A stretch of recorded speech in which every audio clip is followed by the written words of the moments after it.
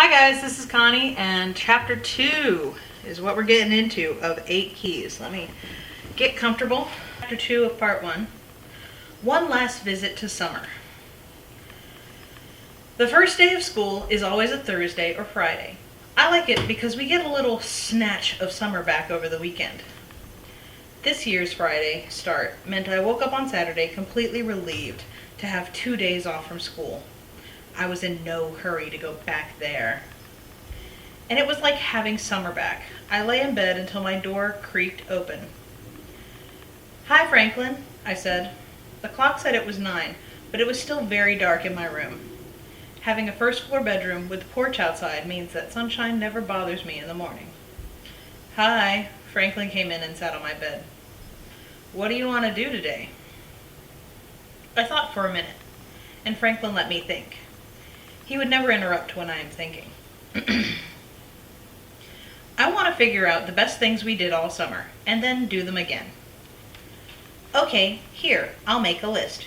He got a yellow notepad and pencil from my desk and sat down on my bed. "I really liked the day we found frogs at the stream. We could do that again." "Okay." "Nights?" "No nights." "Why not?" "I'm not better from the last time we played nights," I said, feeling the smooth sheets against my rough, scabby legs. And I wasn't better from getting made fun of. This was the weekend. I wanted to push school way out of my mind, to forget that yesterday had ever happened. "What else then?" He tapped the pencil's eraser on the paper. "I liked helping Uncle Hugh finish the furniture." Uncle Hugh is a craftsman. He makes things out of wood, like rocking chairs and tables and cabinets. Franklin added it to the list. "And I liked when Aunt Bessie let us make ice cream." "Lactose-free?" Franklin asked. "Of course," I said. A glimmer of excitement lit in Franklin's eyes. His mom limits his sugar at home, but we always have plenty for him at my house. Franklin can't have any real dairy products because of his allergies, but Aunt Bessie's pretty much a genius about getting around that. She can really make anything. She does catering out of our house, so we have a special up-to-code kitchen with stainless steel countertops and lots of fancy appliances. "I liked looking at the slides on my microscope." Franklin finished writing everything. "That's probably enough for today. What do you want to do first?" "Let me see if we can do all the stuff with Uncle Hugh and Aunt Bessie today at all. Aunt Bessie and I cook together on Saturdays if she doesn't have a catering job, but if she did, she'd be busy all day." I climbed out of bed and decided that the tank top I'd slept in would do for the day too, so I found my shorts on the floor and pulled them on. I didn't mind getting dressed with Franklin around, especially since he was always certain to fix his eyes on a point on the wall and stare straight ahead. Which is sort of silly, because I know he still wears cartoon underwear. How can you be embarrassed around someone who knows about your cartoon underwear? I picked a t-shirt up off the floor and threw it at Franklin's head to signal him that I was done, and it was safe to move his eyes around the room again.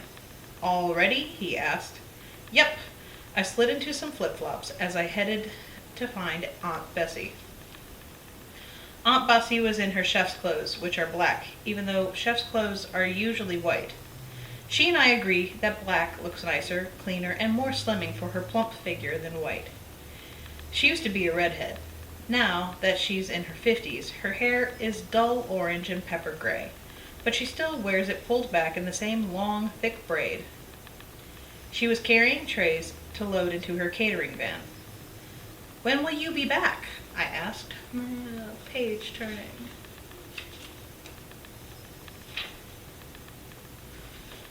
"This afternoon." "Can we make end of the summer ice cream?" "I'll set aside some fresh strawberries for it. Does that sound good?" "Yum! Yes." But Aunt Bessie went to set the trays on the racks in the van. That's a job that Franklin and I are not allowed to help with. She doesn't consider us strong or steady enough. It would never be worth the time it might save in the event that a tray was dropped. "Ice cream later," I promised Franklin when he followed me out onto the porch. His eyes got all big and shiny and sugar-hungry again. "Now for Uncle Hugh." We headed across the large gravel circle of the driveway in the front of our house to the barn. The barn isn't old and falling down like a lot of barns. It was renovated, complete with electricity and a bathroom and an open elevator to the second floor so that Uncle Hugh could have his workshop there. On the second floor is a hallway lined with shut doors, only about as far apart as horse stalls would be, except for the two on either end, which are a little farther away. Once, when I was little, I climbed up the stairs. I was never ever allowed to play in the elevator, and counted the doors. 8.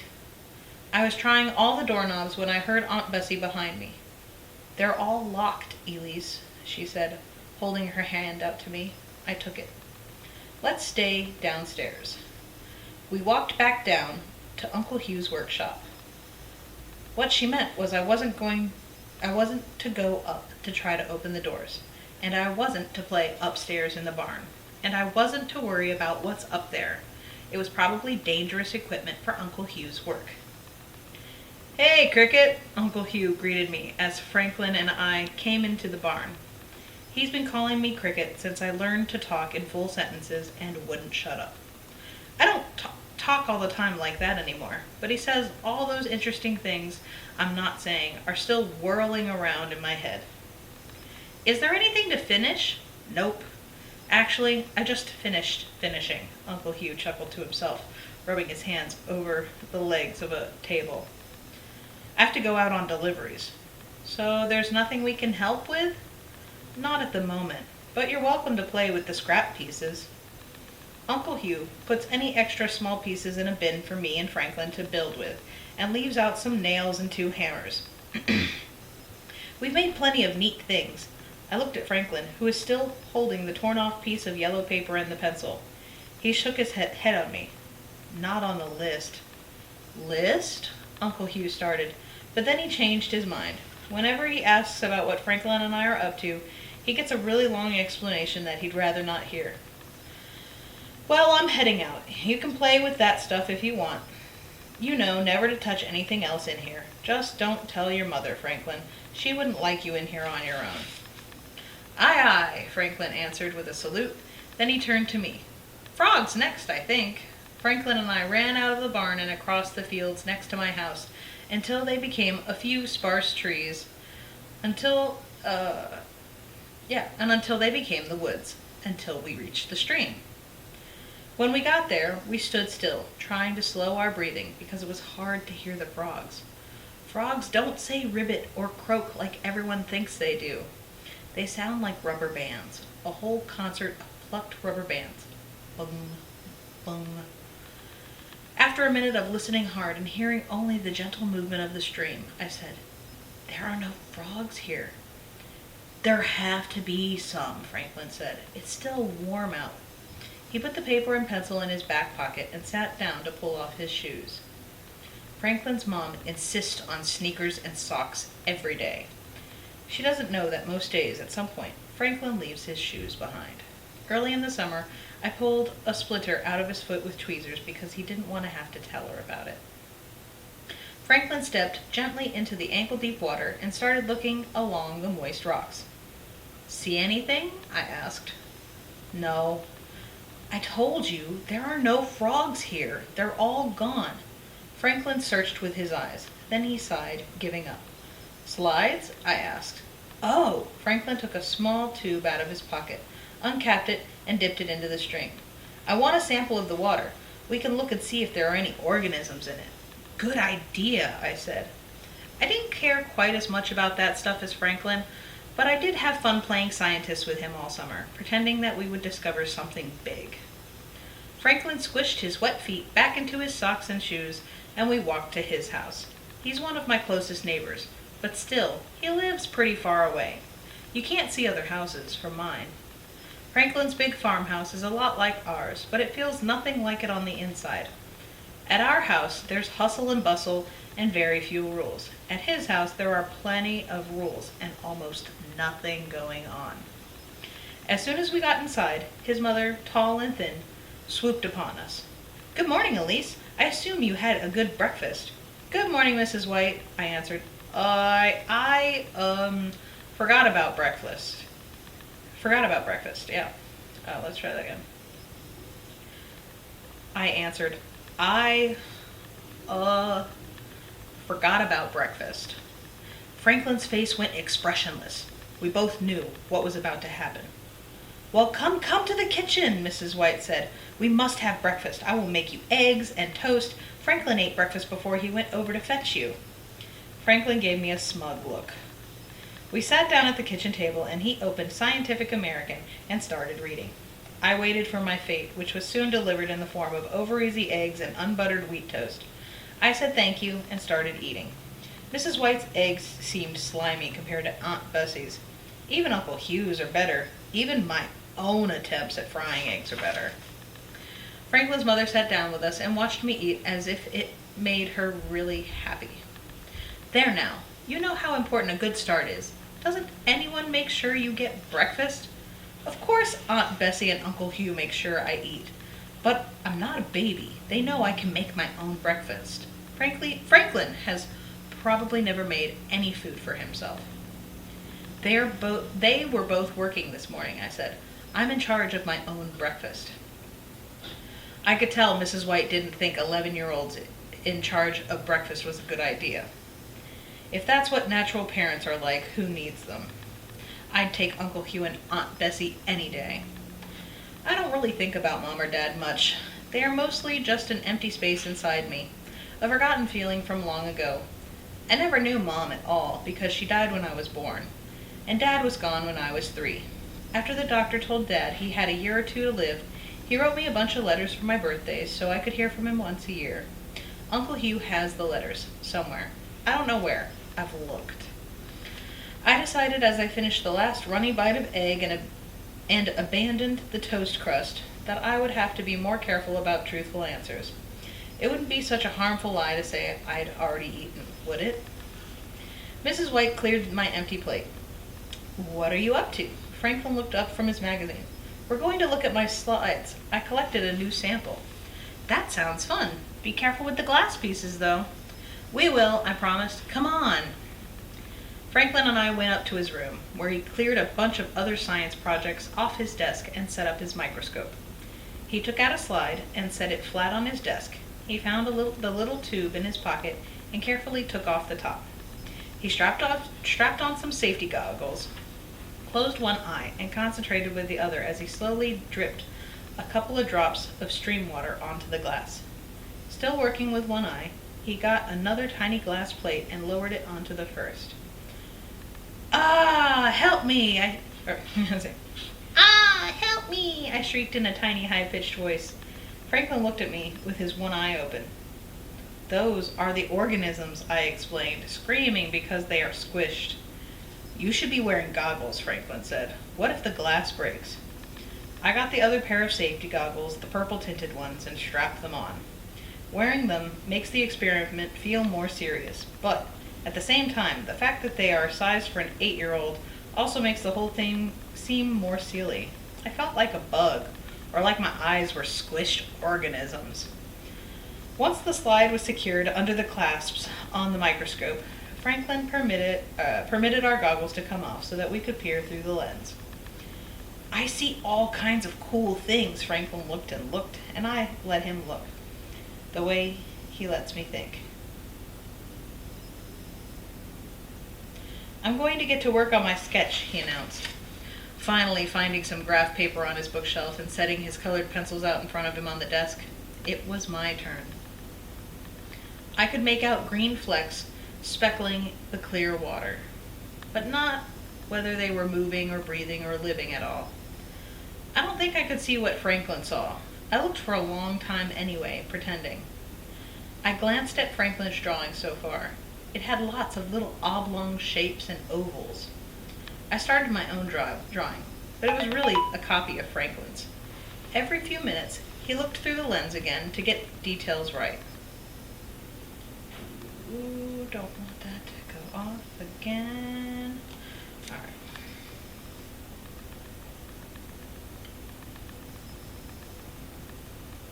Every few minutes, he looked through the lens again to get the details right, which was when I would study his graph paper. Being a proper pretend scientist, I also got up to check the microscope every few minutes. "What do you think these little green blobbies do?" I asked. "Probably they cure cancer," Franklin said. "Really? You think?" "Sure. We can bottle stream water and sell it.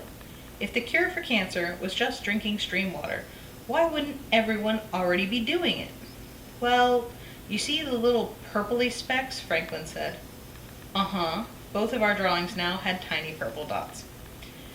"Those are a terrible bacteria. They eat your innards from the inside out," Franklin said. "They'd probably kill you faster than the cancer would." "Oh, no!" I acted stunned. "Well, it's obvious what we need to do." "I know," Franklin said. "Separate the green blobbies out from the purple specks." "But how?" "Spinning them really fast." I picked up the tube where the leftover stream water was, and I started spinning around really, really fast. Franklin unlatched the slide and started spinning around too. Soon we were dizzy and laughing. When Franklin started to slow down to catch his breath, I yelled, "No! Don't stop! Spin faster!" We were interrupted by a knock on the door. 3 hours had passed and it was lunchtime. Mrs. White had already set plates on the table with ham sandwiches and 5 celery and 5 carrot sticks each.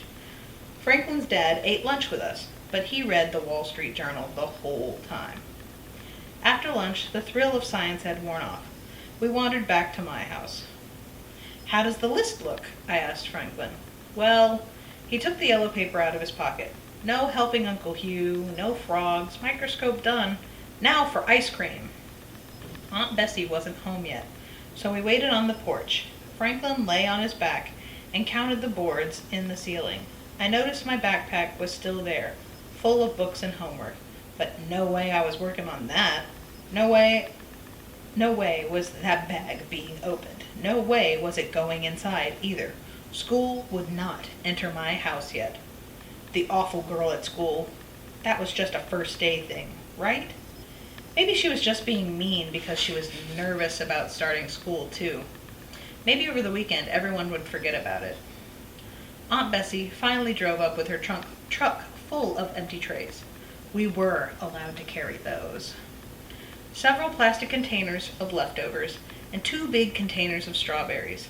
Not big, fake, shiny grocery store ones, but real ones. Small, juicy, and deep red. Aunt Bessie saw me put one in my mouth, and she swatted my hand. "Aren't we making ice cream?" But then she ate one too, and I smiled. We used the electric ice cream maker. The sugar and soy yogurt whirled and whirled, and when it had to sit 4 hours, more hours. Uncle Hugh came home and we all made tacos. Tacos are great, but Franklin and I just wanted the ice cream to be ready. When it finally was, we took our bowls out onto the porch. I wanted mine to melt, after all that time waiting for it to freeze. I ate slowly, feeling the cold of the spoon as I pulled it back out of my mouth each time. Franklin ate quickly, probably hoping for seconds before he had to go home. The sun was starting to set. "The day is totally over," I said. "What did you think?" Franklin paused his eating to look at me surprised. "It was fun." "There was nothing at all special about it," I said. "It was just a regular day. We only did half the things on our list." 50%, Franklin said. "Right, 50%. I stirred my ice cream to soften it some more. I noticed my backpack still sitting there, full of work to do.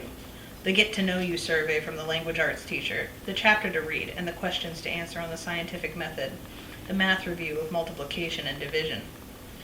"You know what the best thing about the summer was?" I asked. "What?" "Not having to do a list." Franklin was quiet for a moment. "We have one more day," he pointed out.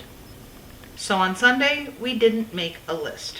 We started off with a Star Wars movie, and when it was over, we just popped in the next one. After our 3rd Star Wars movie, Uncle Hugh asked if we wanted pizza. So of course we said yes. When the pizza was delivered, he let us bring it right into the den. We each ate the way we liked to, me layering 2 slices, one on top of the other, cheese on the inside. A pizza sandwich. Franklin pulling off most of the cheese in one big triangle and then picking off every little bit that might have been left behind. Aunt Bessie always tells him we can get something else, but he says he really likes pizza. After the pizza and the movies were all done, Aunt Bessie put out ice cream and little dishes of all kinds of toppings on the kitchen counter. The ice cream, sticky, creamy, store-bought vanilla, lactose-free again, was the perfect base for a sundae of fudge and strawberry sauce and M&Ms and sprinkles. And that day was perfect. It was perfect because there was nothing to go right or wrong. It just was. I didn't think of my backpack again. Not even once. Not even when I went with Uncle Hugh to give Franklin a ride home in the dark. Not even when we came home. Not even when I lay in bed feeling the first cool breeze that came in through my windows, telling me that summer was over. Well, now that I have a little bit of time and hopefully no further distractions, I will jump on and do chapter 3 in a minute, but next time for you guys. Be careful with that. Enjoy, please, and thank you. I can't do this with both hands. Ugh.